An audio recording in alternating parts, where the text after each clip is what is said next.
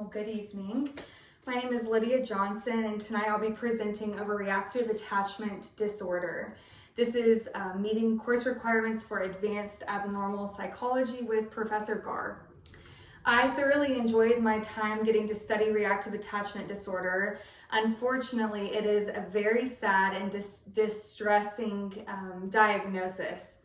It is derived from attachment and unfortunately the lack thereof in this case, whether that be a parent caregiver's absence, death, or even abuse and neglect in the home. It is derived from a lack of attachment. So to begin, I will start with what attachment is, and then we'll move into what the absence of attachment ends up manifesting in a child.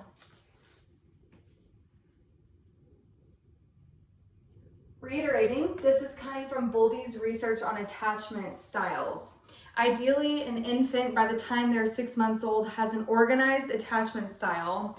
And what that means is that a child is able to have a presented stress, whether that be something falling, something dropping, a loud noise, just any general discomfort, distress, and they'll be able to be matched with a caretaker that is affectionate and warm and loving.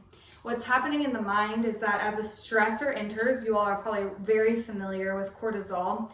Cortisol is a hormone that's released in the child, and it's signaling the fight or flight in a child. And the parent is able to meet the child's need in their vulnerable state with love and affection and care. And that in turn is going to be releasing oxytocin. So oxytocin is going to counteract the cortisol. And over time, a child recognizes that this is a very productive way to manage their stress while they're young. So that is attachment. Attachment is seen in romantic relationships, in friendships, and oftentimes if there's bonding involved, so there is also oxytocin. So a child is counting on a parent's warmth and stability and predictability to ensure that organized attachment style. In the case of RAD, a child has developed non-attachment given an absent parent or an absent caretaker. Even if it's just a mental absence, they have developed what's called non-attachment.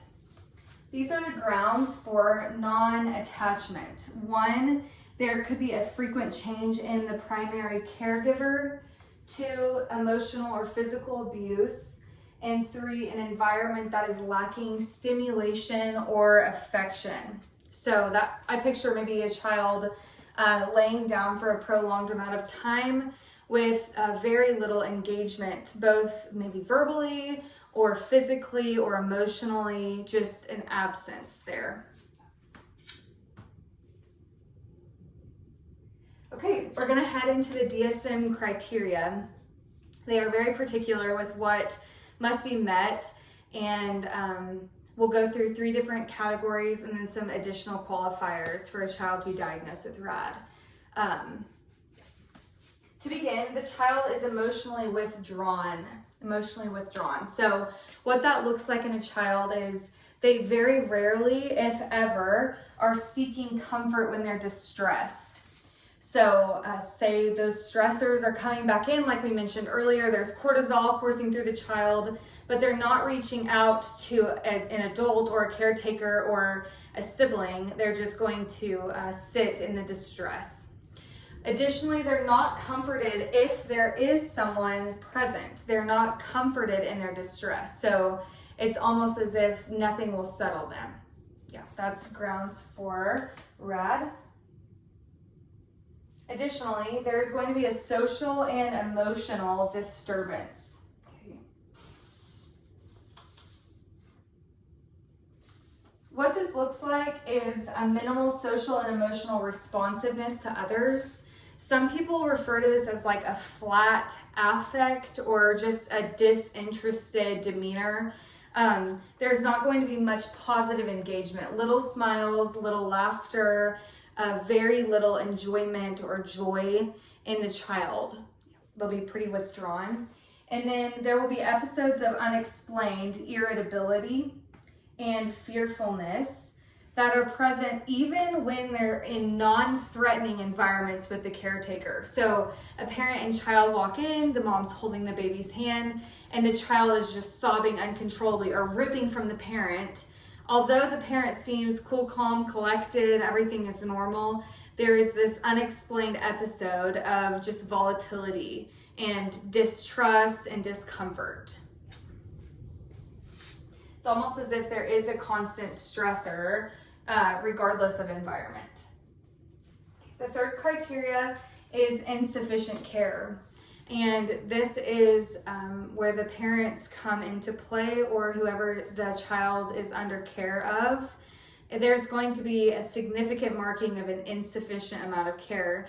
It seems subjective, so I hope that the criteria will help you make sense of what that is. Insufficient care is classified as a social neglect or deprivation. Okay, there's a persistent, so pretty continual lack of both comfort and stimulation and affection by a caring adult. So they are persistently not affectionate toward the child. Second, there's going to be a repeated change in the primary caregiver. Okay, so a child needs familiarity. I mean, I'm sure you guys have had babysitters come and go out of the home, and obviously every child is different, but in the families that I know that I babysat for or nannied for, their parents were their first priority and sense of comfort, but it did make a difference that I was in the home and that I was consistently in the home in terms of bonding and my ability to meet the child's need. So if you see a persistent change in caregiver, the child is going to struggle to develop an attachment, okay? Especially if it's a primary caregiver. And then third, there's going to be a rearing in unusual settings that limit opportunities to form attachment. An example of this would be like a high ratio of caregiver to child. A high ratio of child to caregiver. So I think of like a foster care. Maybe there's like a group home and there's one foster parent and, multiple children. Or I've spent some time overseas in orphanages. There can often be 30 or 40 children to one caretaker. Maybe you have an influx of a group of people to come care, but the familiarity and the persistent caregiver is unable to be meeting needs of a child. That will also be a qualifier for RAD. And then here are some more specific things that are lined out in the DSM. The child's emotional withdrawal is due to insignificant care. It can't be attributed to something else. Can't be attributed to anything else. Also, autism spectrum disorders criteria must not be met.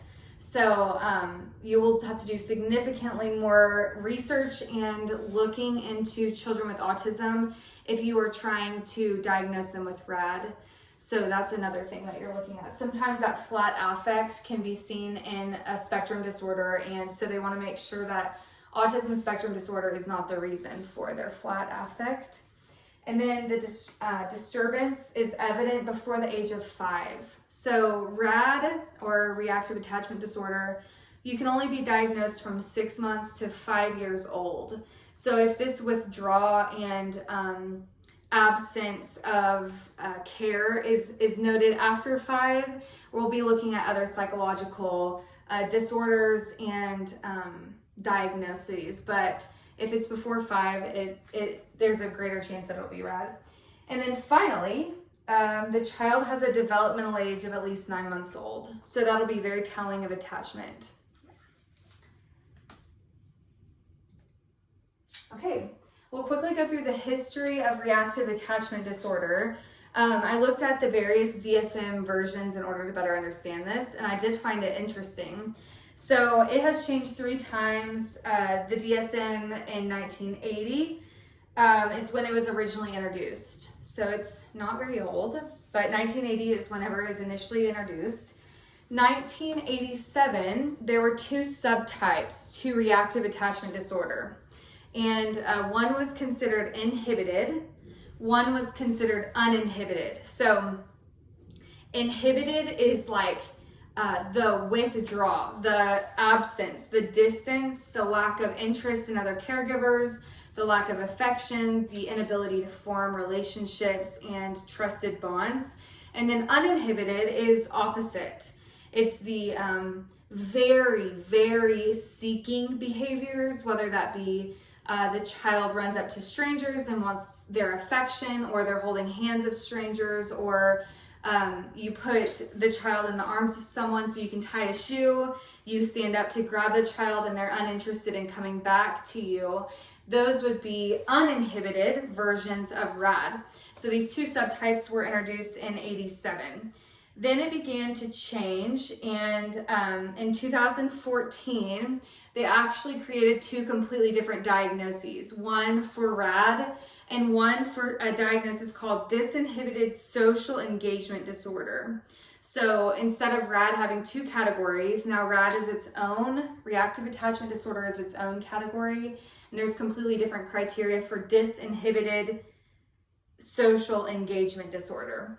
That is just the separation of what those two subtypes were. So RAD has now taken on the inhibited, lack of interest, withdraw, absence, distant child due to a lack of affection and care and attachment, whereas the disinhibited social engagement disorder is the opposite, where the child is clingy. That happened in 2014. All right, moving on to the multi-path model. I'm going to check that my camera is still recording because I'm nervous. Okay. Multi-path model was challenging for me to find just because it's so limited in age and it's so based on parents. It was hard for me to find all the components, but we'll start with biology. So organized attachment. Cortisol is released based on presenting endangerment, a baby signals need. The physical response produces oxytocin, as I spoke to earlier. Additionally, constant releases of stress hormones lead to major epigenetic changes, okay, which is causal for maladaptive responses. If you have taken Professor Randolph's class, this will be familiar to you. So as cortisol is continually released and the child has no means to settle it or to counteract it or to self-soothe or create some sort of resilience, that cortisol is going to be doing significant damage to a child's neurological development and then, of course, attachment. So some epigenetic changes or expression of genes that change includes their stress response. So just like an inability to soothe stress in general, leads to depression and anxiety. And it's also going to have drastic impacts on their neural development. So, okay. Moving on to the psychology and neuroscience. As far as like self-concept goes, you can only imagine how a continued flow of cortisol and a lack of attachment is going to lead to dangerous things in a child. These include a lack of impulse control, low self-confidence, problem-solving skills, and emotional regulation. So those are all things that are seen later on. Again, we're only diagnosing reactive attachment disorder until 5, but the impacts of RAD are very long-lasting and oftentimes lead to other diagnoses. Okay, social cultural. I found this to be very interesting. As you can imagine, there are things like Head Start that are getting children into places with other caregivers early on, but in general, this is a very vulnerable population in that they don't have people seeing the neglect and the abuse because they're hidden behind the walls of their home and within their family systems and their young children. So it comes down to oftentimes other issues being seen in the home that are being reported, and then the social worker or a therapist even from the state will come in and conduct some sort of assessment of the parents and of the environment to then determine if a child has reactive attachment disorder. Most children are not school-aged, and so the neglect is typically identified through the state due to other socioeconomic challenges. We are going, as counselors, are going to have to be very culturally and socially aware as we're advocating not only for our client, but for their families in cases of healthy parents. And unfortunately, there's some systemic oppression that is taking place here, where maybe assessments are utilized very liberally and are not accurate in diagnosing children. So that's not to say that there aren't issues, but just being very careful as to what we're diagnosing and making sure it's meeting criteria. These statistics were staggering to me, so I included them. Reported children from low-income families are 4 times more likely to have a parent with an identified mental illness. Additionally, living in a place of survival leads to high levels of drug and alcohol usage, in turn, much higher child welfare involvement. So I'm sure your wheels are turning like mine were. There's just this constant stressful cycle that can become generational. And as parents are unable to get out of it, they're turning to substance abuse. Of course, that release of cortisol and of course epigenetics are leading to all these mental illnesses that then impair a parent to be attuned to a child. So enter the next generation into a really broken cycle. It's pretty heart-wrenching. Drugs, alcohol, generational stress cycles, and vulnerable families and mental illness are all going to be very causal for a lack of care in the home. Okay, social. This one is obvious. Attachment is deeply social. It's deeply social. So reactive attachment disorder stems from a lack of safe relationships. And then the challenge here is that adults were deemed to be safe, and that should be inherent to a child, that an adult is safe, but unfortunately, oftentimes they are not. And the long-term challenge comes in peer relationships, when that child is able to have their own say in relationships. They have lacked the social sphere where they're learning how to empathize, they're learning how to match emotions, they're learning how to bond and communicate and care. So those things lead to long-term issues relationally. Okay. Parents are the first safe place, but when they're deemed to not be safe and that cortisol is flowing and there's nowhere for a child to turn and there's no example, where else are they to go? So yeah, there's a lot of implications to that.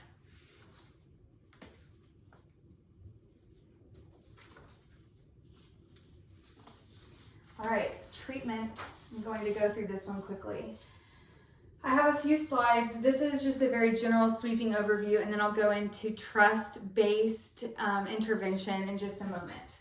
Treating the early onset of RAD, you're going to obviously want to remove it from any remove a child from any present danger and stop that flow of cortisol. That will be primary. In order to fix any problems with attachment, we know we have to have safe people to rewire a child. So that's going to come through other caretakers, ideally. 3rd, safe and nurturing consistent caretakers. 4th, therapy that aims to regulate the stress response in the child. So as we're entering 4 and 5, we can start to teach children how do we regulate the stress because we were not taught. This is a very interesting experiment that I wanted to touch on and just display the impact of physical touch and bonding. Harlow did this monkey experiment. I'm sure you've seen it. It's on YouTube. It's very sketchy and unethical, and it would never pass standards now, but it does teach us quite a bit. A monkey was nursed by this wired mom, and there's a bottle hooked up here. The monkey was taken from its biological mother at birth and was nursed on this wire, cold, sterile monkey. And then there's an additional model over here that's basically made out of pillows and cotton. And the monkey spent 17 hours a day on the cotton monkey and only 1 hour a day receiving the food and nourishment that it needs. They were raised without their nurturing caregiver, and unfortunately they never recovered. Yes, the monkey would turn to the cushioned mom anytime that there was fear or stress or a new environment. That was the source of comfort, but it was not cutting it. So the monkeys all were severely impaired. They often found themselves rocking back and forth, sometimes self-mutilation and inability to care for their own children when they are forced into pregnancy, and then difficulty eating, just very maladaptive patterns. So we do represent that if we lack nurturing parents. All right, now trust-based relational intervention. This is a very effective treatment plan. It's widely used. I actually went through this training as an educator, so that's fun. There's hope for children, right? That caregivers will come and care the children that don't have that stability in the home. So I'm thankful for that. It's based on 3 core concepts: connecting, empowering, and correcting. And I'm gonna quickly walk through those 3 spheres. And I want you to be thinking about what a child that has been severely neglected and has basically everything working against them from biological means to social means, what it is that they would need, and if you think that this would be effective, okay? So first is connecting, okay? This comes through both engagement and mindful practices. Engagement is through touch, eye contact, neuron mirroring, mirror neurons, where I can see sadness in your face and I'm going to reflect that, and there will be comfort. Play, and then a tone of voice, an active tone of voice. It's also going to come through attunement of self as the caregiver. What are my triggers? What am I going to be unable to care for my child due to? In my case, if my environment is chaotic and my room is unclean, I cannot meet needs. So I know that about myself, and that helps me better care for the people that I'm around. And then of course, what are the child's needs? Next is empowerment. This is both psychological and ecological needs of a child. So what does this child need, and what can we empower both the parent and child to do to move toward a more adaptive response? So one would be just basic necessities of food and water and sensory needs.